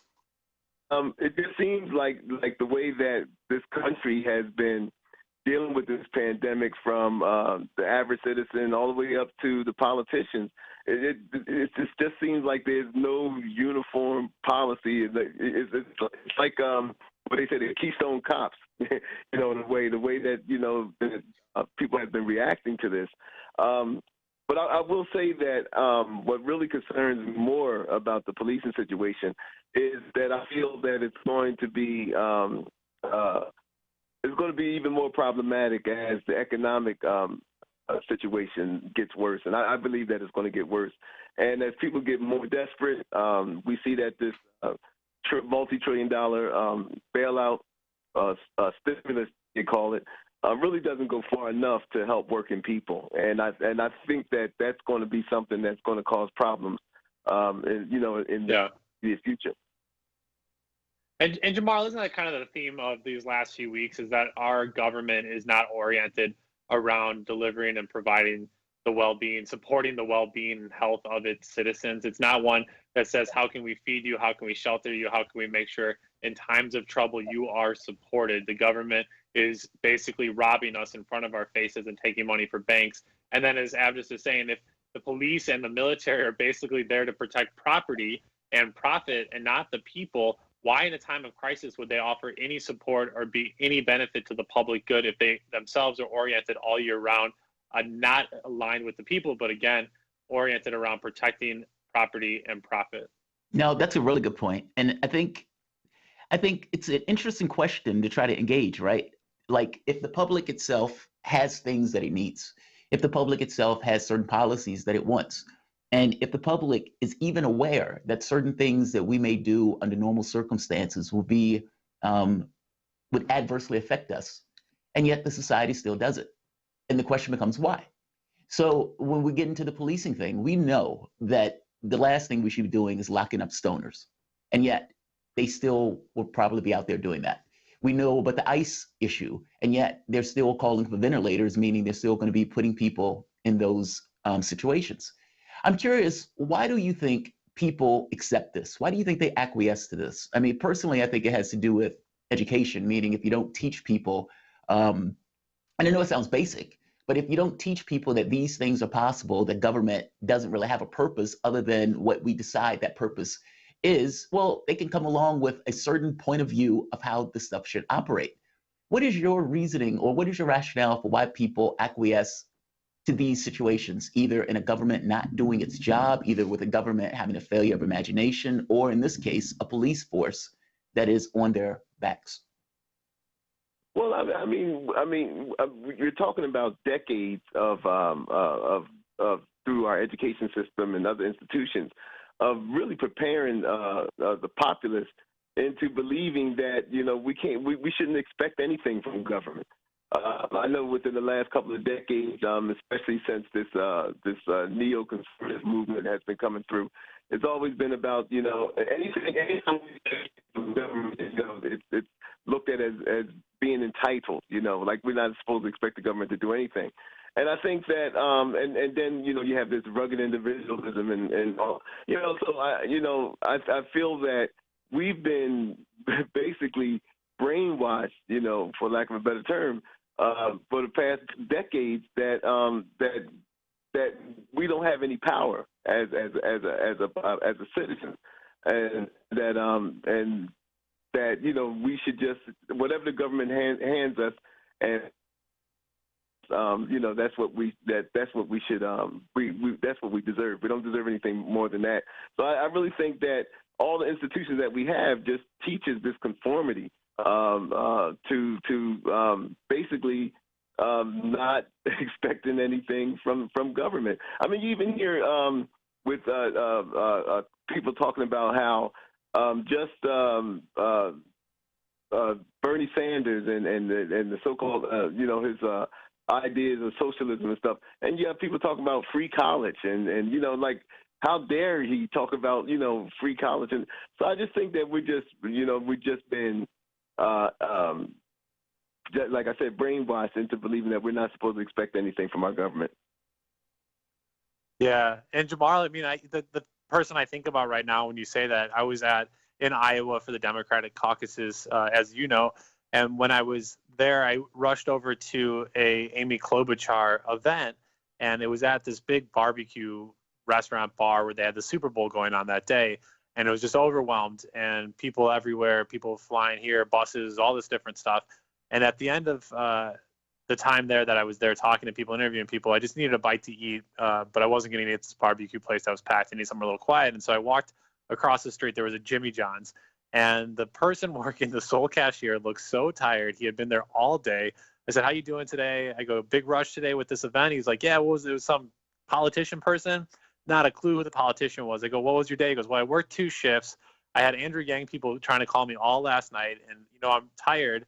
I go, "Well, how much have you worked?" He goes, "About 60 hours this week." And he goes, "It's really sad. I get paid less than some of the other staffers, even though they're asking me to fill in as a store manager." So those who are also just getting beat over the head have very little time, very little money to actually even participate. And here you have hundreds of Amy Klobuchar supporters, people, whatever, coming in and out of this Jimmy John's the whole evening, and not a single one of them decided to talk to that cashier about Amy Klobuchar, who she was, and how she could help that cashier at Jimmy John's. People are looking through tens of millions of people in our society, in our communities, that work those jobs that we're still demanding them to go back and work. Your retail, you're not your retail, your grocery workers, your healthcare workers. These people, these are the other people. I think some people, as Abdus is saying, have been kind of either brainwashed or have been conditioned into believing one thing. And then I just have a whole other set of people that I think our country looks right through and have completely disengaged them and have completely silenced their voices. Yeah, I definitely agree with you. It's counterintuitive. It's counterintuitive in a weird way, but it makes the situation worse. Meaning, the moment that you get this unaccountable political space, and you have this unaccountable political space, and people get this kind of deadened expectations in regards to what government can do, even when it's a situation where government could act and could respond in certain ways. I think you get this weird situation where people just don't think, well, government hasn't done it in my lifetime, so it's not something that government does. And you have moments like this where you actually need that level of accountability, and instead you get this kind of deadened expectations about what government can But do. What is that though, Jamarl? Because obviously the government, they're doing a lot of things. I mean, they coordinate, I guess everything's being privatized now, so let me not speak too specifically or about maybe here in Washington, D.C., but mostly they do public education. They still are the primary people that run sewage and electricity in many places. I mean, you still have some public utilities in places. Yeah, I guess I'm speaking right now. They have private. Like, what does the government do? Obviously, the government still is collecting your taxes and distributing it one way or another. So isn't that part of the conditioning, is for people to think that there is no government making all the decisions around them, even though there are decisions being made around them? Well, I think it's this notion that we're rugged individualists. I think it's that. I think it's like when people work at a particular job, they struggle at that job, they think it's all them. Meaning they don't, like the gentleman that you mentioned at Jimmy John's, he wasn't making the connection between the difficulty of his life versus the non-acts of God that policymakers push through. Meaning those things are issues of policy, but he doesn't make the connection between that. He looks at that purely as a factor of him and himself. AOC has said something similar. When she worked as a restaurant person, she thought that all of the problems and all of the failures were purely stopped at her, as opposed to it being somewhat of a societal issue. I agree with both of you. It's an ideological weirdness that people kind of just appropriate on themselves, not looking at it from a larger societal issue. Do you think something like this changes that, though? And this could be for either of you to answer. Well, I think, I'm glad you brought that up, because I really believe that this pandemic has already started to change the way that government is approaching things. I think that it's also changing the way that we as citizens are starting to how we're dealing with each other. I mean, as soon as this pandemic, became started to get very serious, we've seen institutions started, giving people breaks. They're not, government. They're not evicting people, and utilities deciding not to turn people's lights off, and delaying payments on loans and all those things. So I mean, and let's look at the criminal justice system. I mean, quite a few jails are letting out nonviolent offenders. I mean, so but it tells us that all of those things that they could have done this before. We didn't have to have mass incarceration. We didn't have to have a lot of the things that were oppressing, the average citizen, because they just showed it that they could change course anytime they want to. I think that this is a wake up call, and I believe that this we're not going to go back to the way things were. I don't believe. I think that. What I do see, I think one of the good points that I see in this is the fact that I think that the population is starting to realize that that the government can do more, and I think that the people are going to expect the government to do more. And I give an example. The example is that the government has given Wall Street and the banks trillions of dollars. I mean, like it's nothing. They're just pulling it out of the sky. So they can never go back to say that they can't afford certain things for the average citizen. I don't think that the American public is going to accept that excuse anymore about, well, we can't afford this, we can't afford that. I mean, you gave $1.5 trillion to the banks, and then here the Fed saying we're going to give $1 trillion a day. And so, I mean, all of these trillions, not to mention the wars that that's in the trillions. So if the government is willing to put all of this on the so-called credit card, I think that the American public is not going to accept excuses for things that we need that the government can get by saying they can't afford it. Are you as optimistic, Bob? If we can organize it. I mean, that's what it comes down to, right? I mean, if everybody sits on their hands and says, oh, this is so bad, let's watch some more Netflix, and they binge, then nothing's going to change. I mean, that's ultimately what it comes down to. If people go out and organize, they plug themselves in, they go and volunteer, they start asking difficult questions. I mean, we need new food policy out of this. That's more than evident. There's a ton of waste of food that's not getting to people that aren't being served. We need new housing policy. There are people out living in the streets right now. We're telling people to shelter in place, and we can't get to them. And we are more than clear that shelters and low barrier centers for people to come in to get daily services all had to be closed right away because they're not very hygienic, and that's not at the cost of the centers themselves. It's just at a staggering underinvestment in the populace and those in need by the government. We'll need new policy when it comes around corporate bailouts and big money to banks and dividend buybacks, and how long can these places hoard the money. We're going to have new policy when it comes to paying utilities. I mean, people aren't going to be able to pay utilities possibly here if they're due at the first of the month, or surely in a few weeks after that, when people's little money they may have been able to squirrel away is gone. We're going to have new policy towards senior citizens who were already living close to debt, who now are going to be wiped out because of this. That's terrifying to think about. People's life savings, how quickly they can go. I mean, you can save $100,000 in a time of emergency in a matter of a month or two. That money is gone. That has to be addressed. So there's all these different things, I guess I'm saying, Jamarl, is if people start asking tough questions, and I appreciate people listening to this show and engaging with us to challenge us and themselves to find out what needs to be addressed. If people start doing that, they start rebuilding that creative, compassionate, loving society, then sure, yes, absolutely something can change. But the question then is there enough people that have been educated, are able to go out and organize, and do they have the resources to mobilize?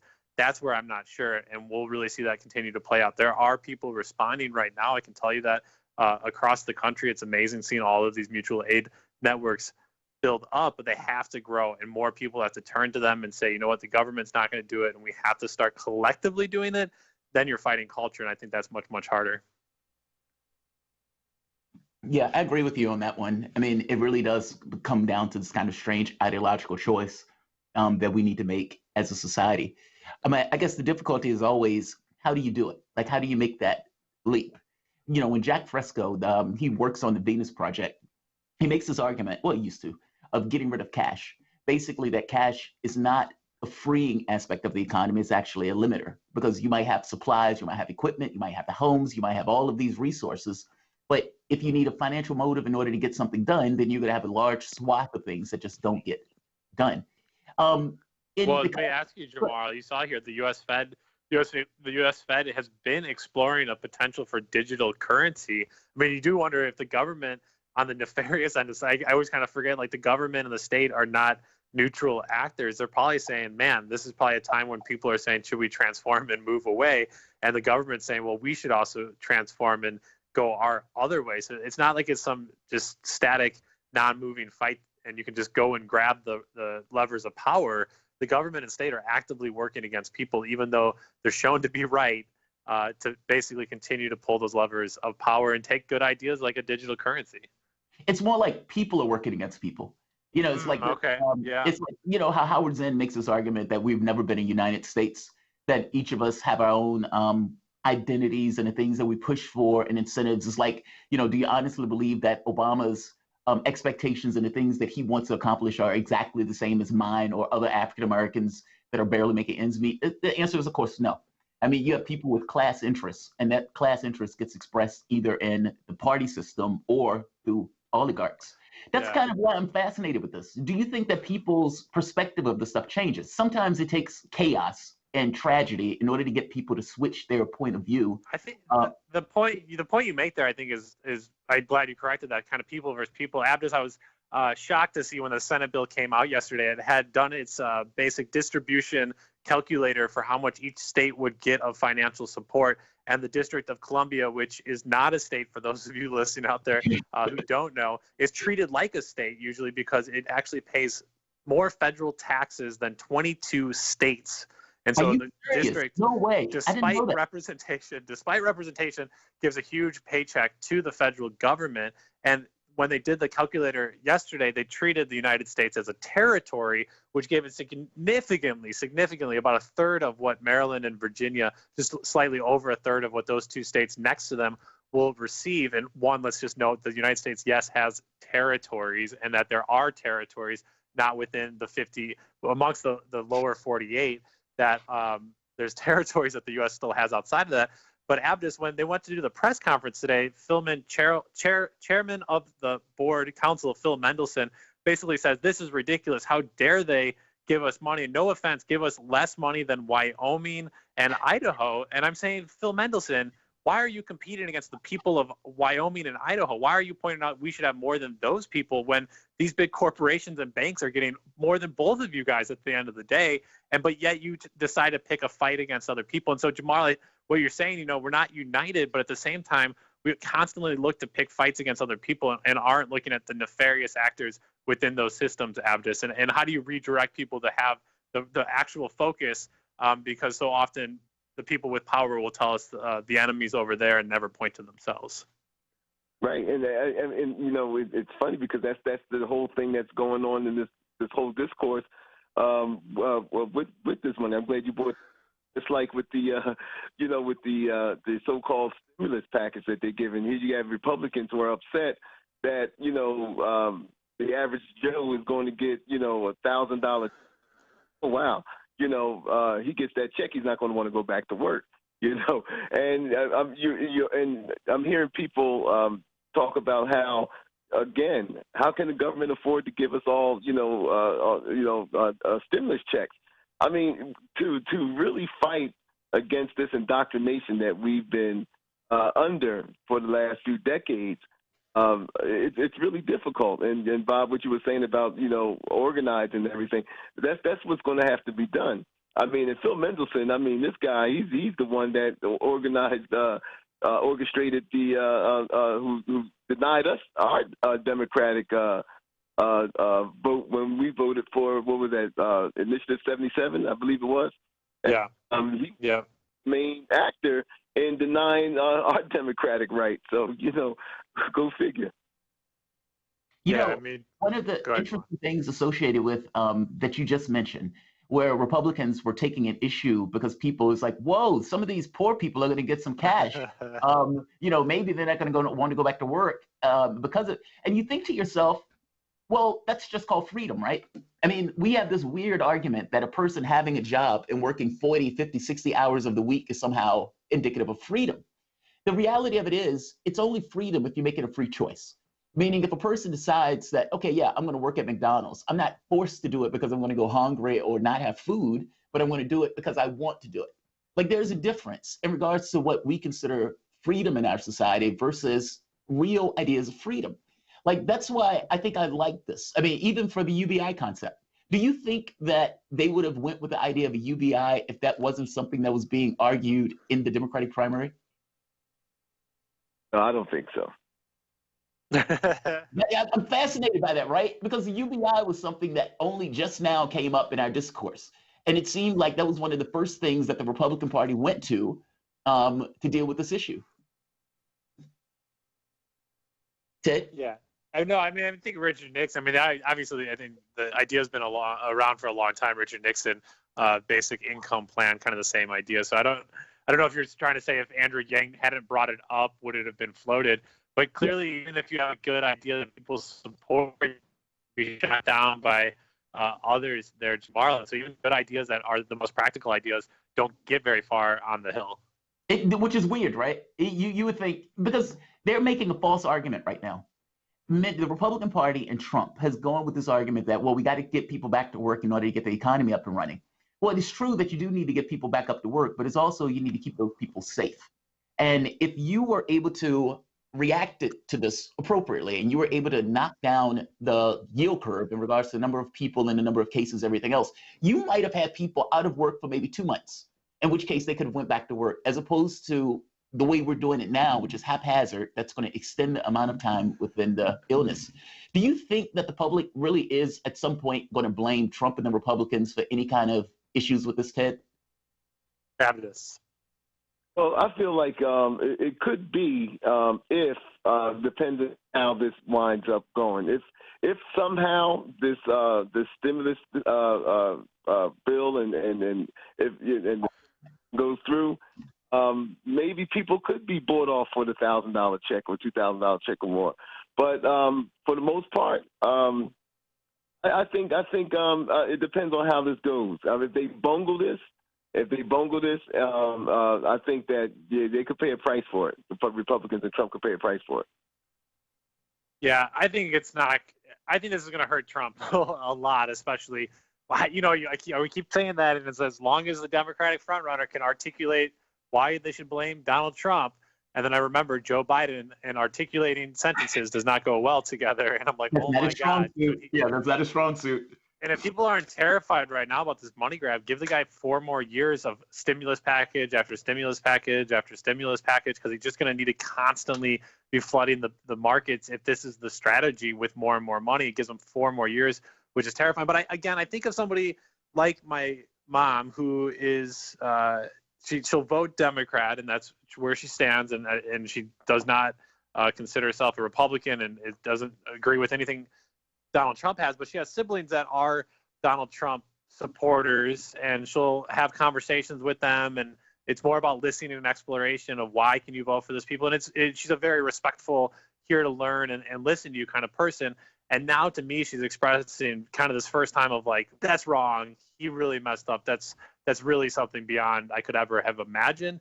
And I think it's when people like that who have those family members are kind of just more listening and don't want to have that debate with family members, I think those people are going to start to push more and start to be more and more aggravated. You're going to actually have people speaking up that were kind of just soft in the political world. They'll vote, they're kind of engaged, but it's kind of over them in many ways. I think those people are perked up, they're listening, they're following this, and I think it's going to be a rough time for Donald Trump if the Democratic Party can figure out whatever it is they're doing. Well, Jamarl, let's take a quick break. Big thank you to Avdis Lukman, co-founder of Coffee, Current Events, and Politics, and Lukman Nation. Mr. Lukman, how can people check you out there on Lukman Nation? Well, they can, Bob, thank you. They can check us out on Facebook, Coffee, Current Events, and Politics, on our YouTube channel, Lukman Nation, where we do a show every Sunday at 7.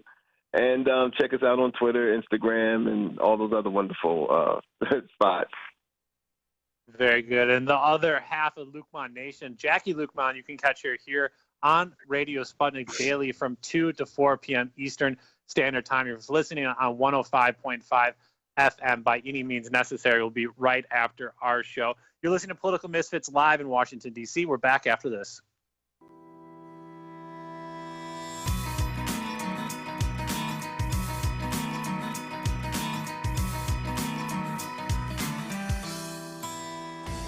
Tune in every Wednesday to Loud and Clear with Brian Becker and John Kiriakou for a regular segment called Beyond Nuclear, where Brian and John discuss nuclear issues, including weapons, energy, waste, and the future of nuclear technology in the United States, with Kevin Camps, the radioactive waste watchdog at the organization Beyond Nuclear. Listen on Wednesdays right here on Radio Sputnik.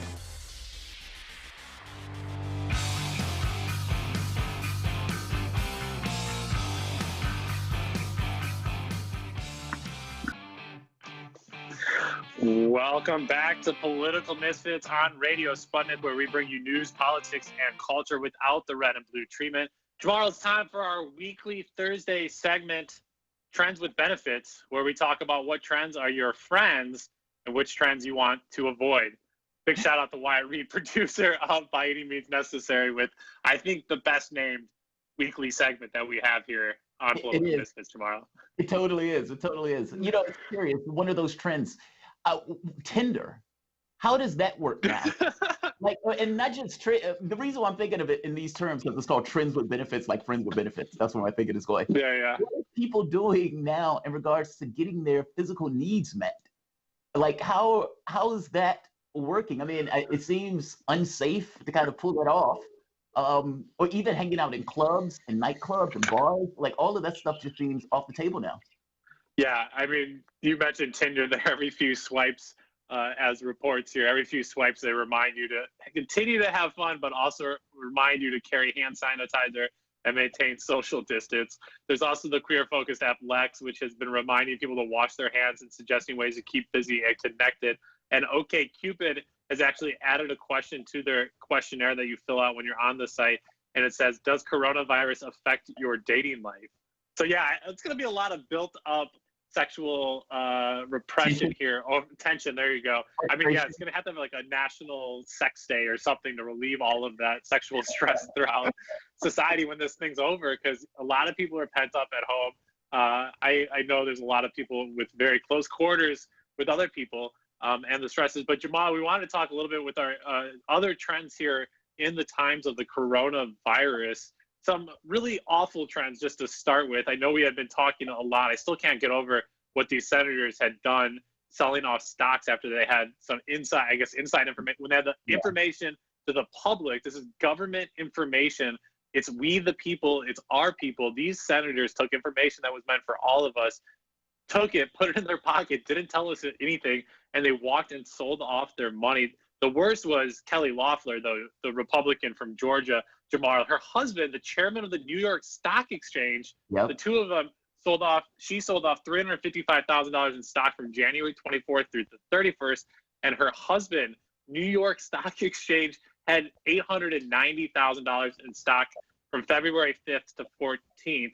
And Jamal, I'm going to ask you now, what was worse, that or the story that we saw here last week about the two brothers there in Kentucky who went on a 1,300-mile drive, buying and hoarding then 17,700 bottles of hand sanitizer. The two of them then went on Amazon and dramatically hiked the prices. Media eventually got word of what was happening. The two became internet-hated celebrities, and the two of them will now be donating the supplies they clearly didn't do out of the goodness of their heart. It took the Tennessee Attorney General's office to submit an investigation on price gouging, but those two brothers are now donating those bottles. I'm leaning towards the senators was a little bit worse, but also those of you out there hoarding, also not a good trend there for you during the coronavirus. No, it's not a good trend. In fact, those senators are worse. I mean, in fact, Loeffler, she was out there on the day of the meeting. She had the day of the meeting. She put out like a tweet that she got the meeting in for Congress. She dropped her stock starting then, and then turned around and made videos saying, oh, the economy is good, the economy is great, we're going to be perfectly okay, effectively doing one thing while telling the public the exact opposite. That is massively onerous. Also, I do like the public pressure being put on the people who are hoarding stuff, where they don't take anything off of them. However, we should do the same thing for drug companies. When drug companies try to like double the price of drugs or double the price of medication, we should be investigating them in the exact same way. Yeah, it's Gilead, Gilead Sciences, basically trying to do whatever they can to, I think, what is it, like labeling the coronavirus a certain classification of medicine that would allow them to have a complete control on the patent to any future vaccination. And you're asking yourselves, who has the time right now to think of how they can steal money from people during a pandemic? It's drug companies. And you're absolutely right. Why should the individual people, these two brothers told to be individualistic entrepreneurs here in America, they can't go out and make money, but these drug companies can. Jamarl, some other trends here I'm seeing. Have you seen the 100 push-up challenge on Instagram? I've heard something about that people have been trying, like doing exercises and stuff like that to kind of keep themselves active, but I haven't heard the push-up challenge. That one is different. That's pretty much that. Do 100 push-ups a day at your house. But that's catching some momentum. You also have the Savage Challenge. I don't know if you've seen this. It's a quick choreographed dance by Megan the Stallion to her new song. That's a pretty good one too if you're looking to get your dance on for people out there.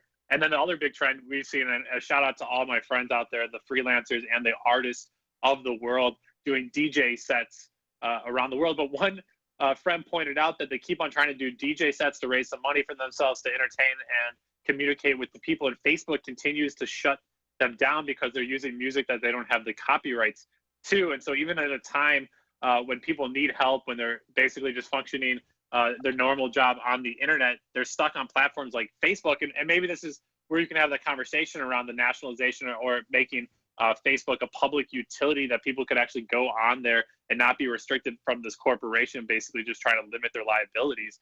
Maybe there's going to be a change to internet. I'm not sure as well. And just speaking on that note, Jamarl, on the internet note, which I thought was just so disgusting, is that everybody's being told to learn from home, just educate from home here in the district and across the country. Schools are closed, and so they're saying do distance learning.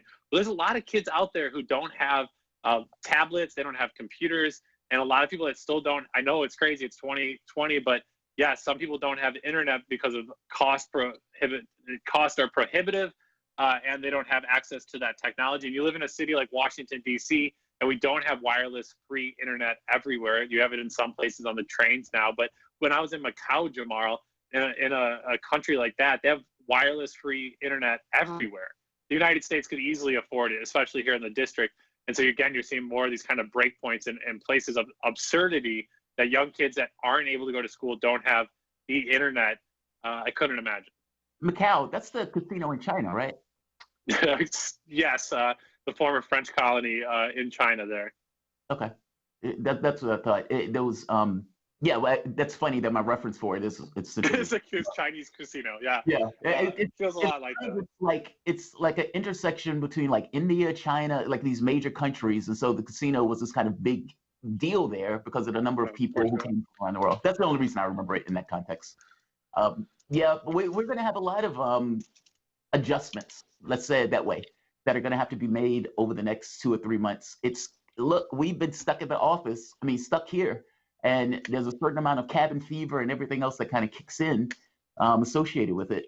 So what have you guys done in regards to that new to try to keep yourself sane and everything else in these times? Yeah, and the other trend, let me correct myself, Portuguese colony there, Macau. The other one here, a good trend, I think, was there's been a surge in applications from homebound New Yorkers has led to a shortage in dogs to adopt and foster. Similar problem there in Los Angeles. The American Society for the Prevention of Cruelty to Animals noted a 70% increase in animals entering foster care. So there's some good news there for you, Jamarl. More dogs, instead of spending this time at shelters, I think my wife included, have already gone online and tried to get a foster dog to keep company during this. Yeah, so it's great, good for dogs, I guess. My wife, I secretly don't tell her I don't want a dog in my home, but she's going a little crazy here and has been trying to foster a dog. I don't think I'm going to tell her that they're running out of dogs and there's none available. I'm just going to pretend that I am supportive of the plan, even though that this trend is taken off where less and less dogs are available right now. So another trend in coronavirus seems like not such a bad one. Yeah, that one's not bad. I mean, we do need to do something about the number of dogs that we have. When my wife, she ends up getting Pitsu. Pitsu is the Shih Tzu pit bull. Okay. We ended up going and getting another one that was rescue.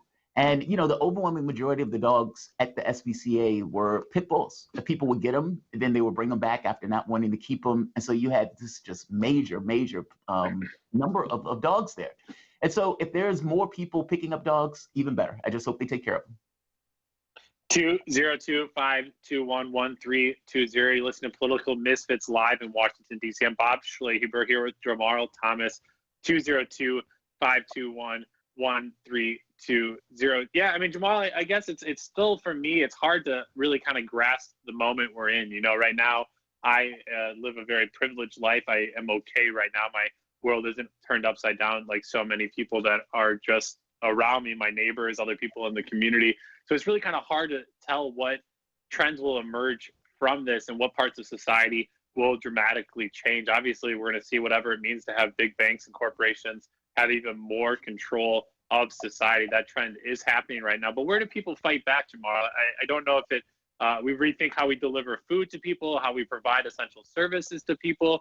I mean, in so many ways, the emergency situation could have been dramatically reduced if there was a simple way to see what people needed. I know that the district obviously has the ability to send emergency messages to people across the district. I didn't get that emergency message last night. I'm surprised. I've gotten them before from the city.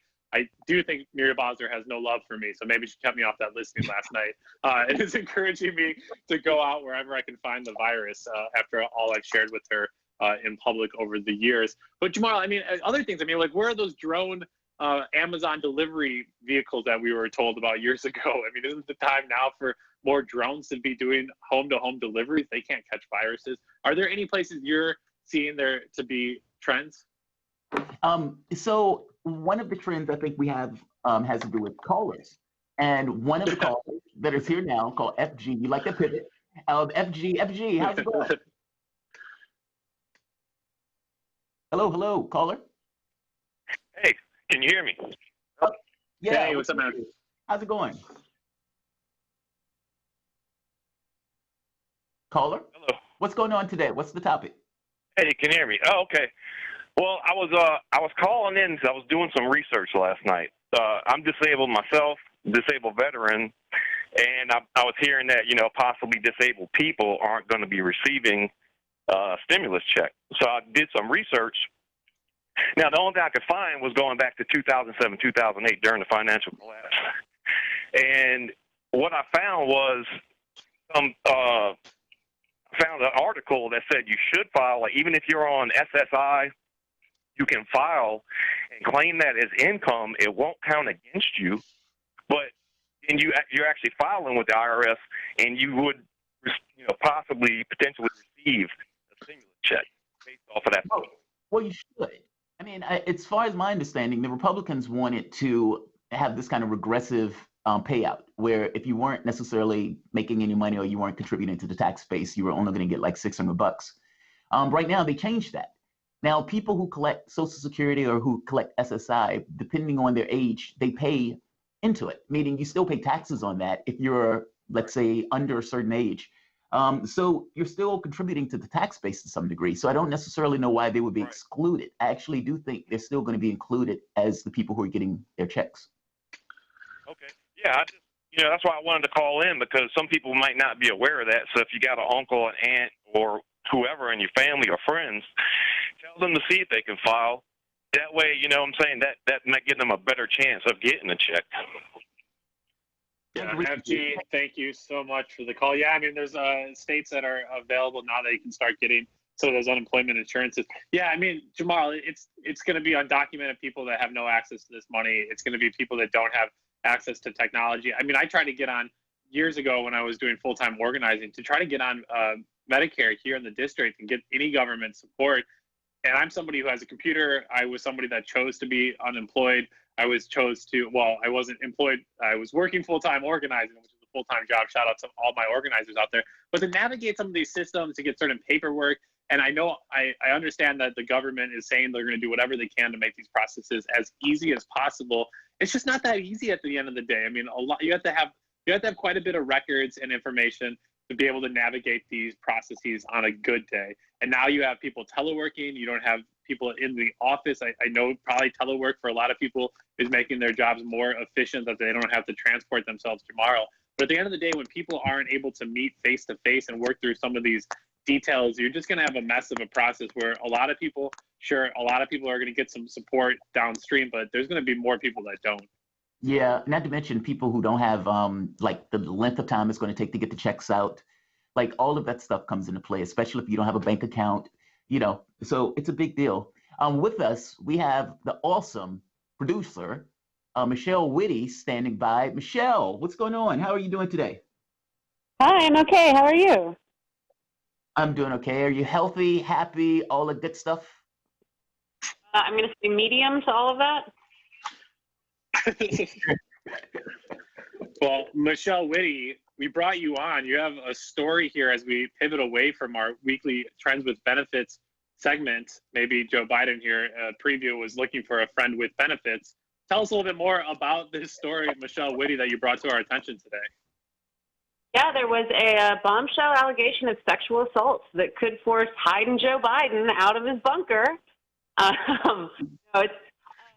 It's really up in the air, given the way we treat some women as actual potential victims and others just as schemers, often based on their race, their class, their politics, or a bunch of other issues that are totally unrelated to whether or not you could have been assaulted and to whether or not your assault should be taken potentially seriously. A woman named Alexandra Tara Reid, who I guess goes by Tara, and isn't to be confused with the American Pie star Tara Reid, first said in a story published last year in April that Biden had touched her inappropriately when she worked in his Senate office in the 1990s.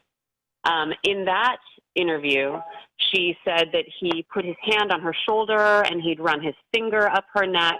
And she said that he did it often and that she would just, freeze and sort of panic and wait for it to be over.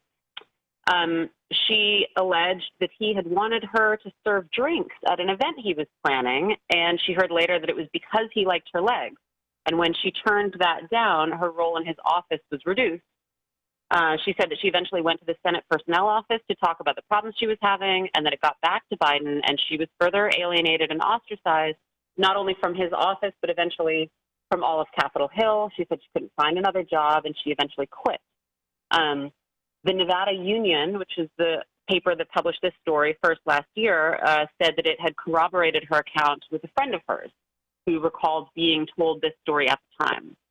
So that was the first time that Ms. Reid came forward with these allegations. And these, of course, will sound really familiar to anyone who has been following Joe Biden's political career, right? We had Lucy Flores. We had a few other people who said, yeah, I don't like the way Joe Biden encroaches on my personal space and touches me in professional settings. This isn't right.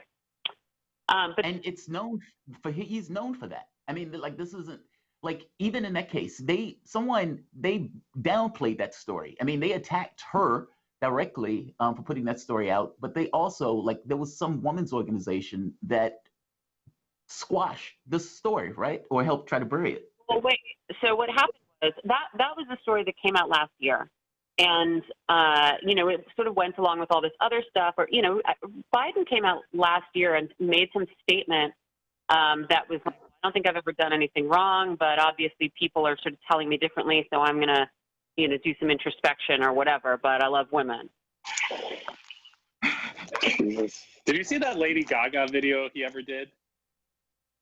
If anybody wants to be creeped out there, go search Joe Biden, Lady Gaga talking about sexual harassment. It's the most bizarrest, weird Americano celebrity PSA that you could ever imagine. I don't know who advises this guy. I don't know who's telling him to go out there. And I said this the other day, Jamarl. I said it might be the best thing for Joe Biden that he's in hiding right now, because it's one thing the things he has to say, but his engagement with people is just, it's absurd at best. And on this note, Michelle, I'm also really curious what happened to the Anita Hill silencing by Joe Biden in regards to the Supreme Court nomination of Clarence Thomas. How has that not been a thing whatsoever? And this whole idea of Joe Biden and some of his squirmy relationships, to say the least, and touching, it's not been made an issue. Is that just simply because Bernie Sanders isn't a fighter and he's not calling attention to it? Or is it kind of, I don't know what it is.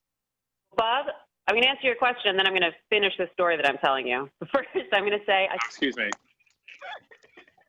...me on this segment to talk about this right now. Like Bernie, Keep going. Job to stand up for the rights of people who've been marginalized, right? It's everybody's job to stand up for people's rights to not be harassed in the workplace. And I think Bernie Sanders has often been at the forefront of this. When you're talking about things that have happened to women, as in this case, it's women's voices.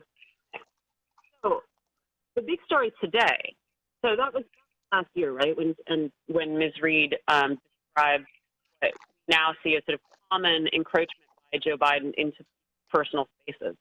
On Wednesday, she told podcaster Katie Halper, who has her own show and also does the Useful Idiots podcast with Matt Taibbi of Rolling Stone, she described a far, far worse, much more violent assault. She went into some pretty graphic detail, but basically she said that Biden pinned her against a wall and assaulted her in a private area near the Capitol. in a way that's pretty violent, in a way that would be classified as rape. She described the attack as shocking and sudden, and she said when he left, he was angry and was muttering something like, "Man, I heard you liked me." So this has gone from something that is sort of adding to the pile of Joe Biden generally being creepy and making people uncomfortable to now doing something that is potentially criminal. The Intercept reported on Tuesday that Reid, so this is what you were getting at before, she was rebuffed by the Time's Up Legal Defense Fund, which is under the umbrella of the National Women's Law Center. She wrote to them. They were initially open to helping her fund a lawsuit, even though she had come forward partially before. Like, that didn't seem to help them. But ultimately, after consultation with, I guess, higher-ups at the group, they said they couldn't because if they funded a lawsuit against Biden because he's a candidate for federal office, they say it could jeopardize their nonprofit status. And so they said they're restricted in how they can spend their funds, including certain restrictions that pertain to candidates running for election. The Intercept found another tax law lawyer who said that the organization is really being far more cautious than is legally necessary. And the Intercept also pointed out that the PR firm that works for the Time's Up Legal Defense Fund is SKD Knickerbocker, whose managing director, Anita Dunn, is a top advisor to Biden's presidential campaign. There you go. I mean, either this is just another situation where obviously the DNC consultant pool is a small incestuous group and everybody's working for everybody else and everybody's, sort of going in and out of different campaigns to then work on different technology startups and then jumping back in a different campaign. That's why everything always seems like a family affair. But also, I think we see what happens when women make accusations against beloved Democratic candidates. Somehow those women are always sketchy. Yeah, I mean, if we think about the way they responded to Brett Kavanaugh, the way they responded to Donald Trump, I mean, in both of these cases, they were perfectly willing to say they were either rapists or sexual harassment, et cetera. I mean, believed it to the point of almost as if it was flat fact true. Now, actually believe that Kavanaugh was guilty. By the same token, if you believe that, then you almost have to give some level of credence to the stories coming out with Biden, especially since they've been coming out for years. I mean, we've seen videos of Joe Biden sniffing people's hair or touching people inappropriately in regards to, poking people. But there's several videos of Biden being gross and uncomfortable in the way that he's interacting with people. So I'm not put off or shocked by this in the least. There's an interesting story, by the way, where they were talking about Joe Biden and his proclivities for being nude around the Secret Service agents when they were women.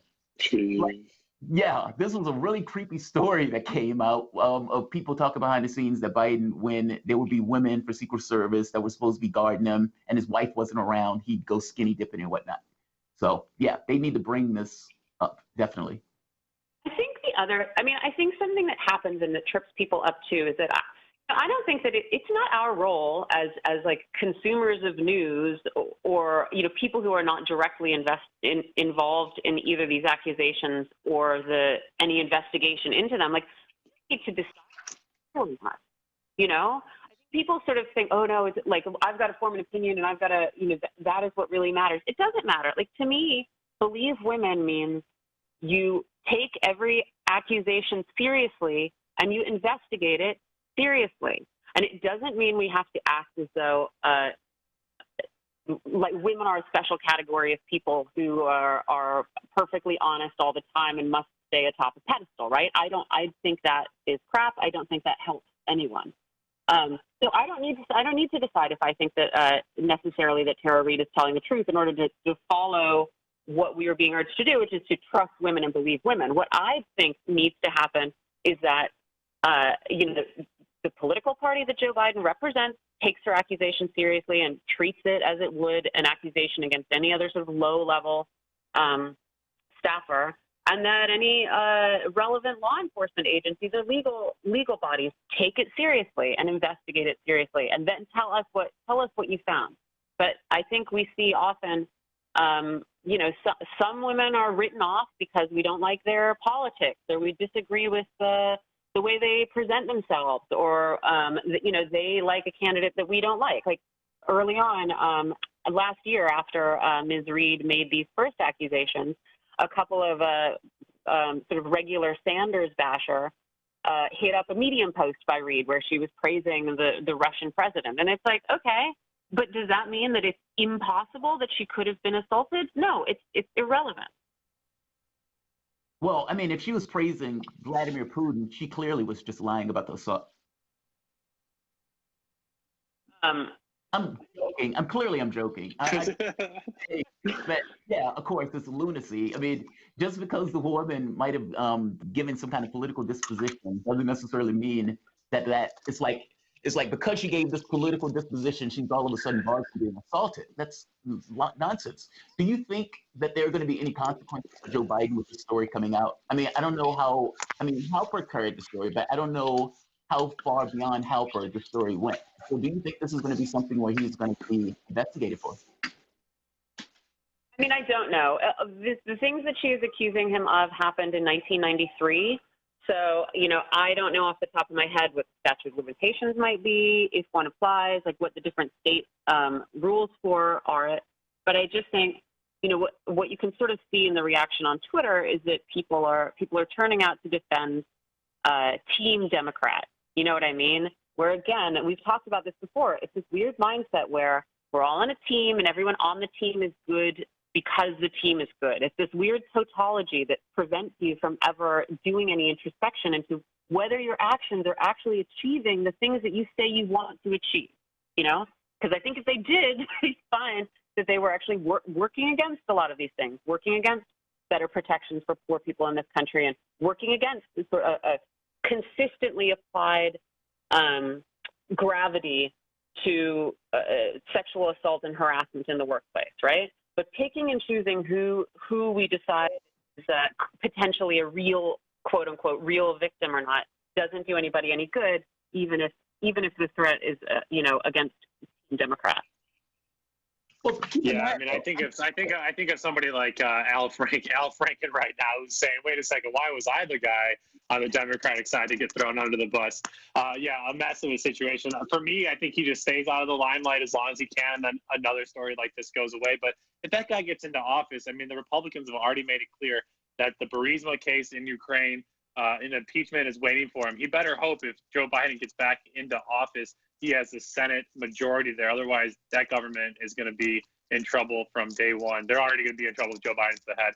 But Jamarl Thomas, we did it. We did another show remotely. Big shout out again to all of our engineers. A big thank you to our guests today, Michelle Whitty, Abdus Lukman, Ted Rolfe, Juan Jose Gutierrez. We hope to hear from all of you again tomorrow. Big thank you for all of those listening. We are, Jamarl. We still are here, the Political Misfits, live in Washington, D.C. Thank you for listening. Now get back to organizing.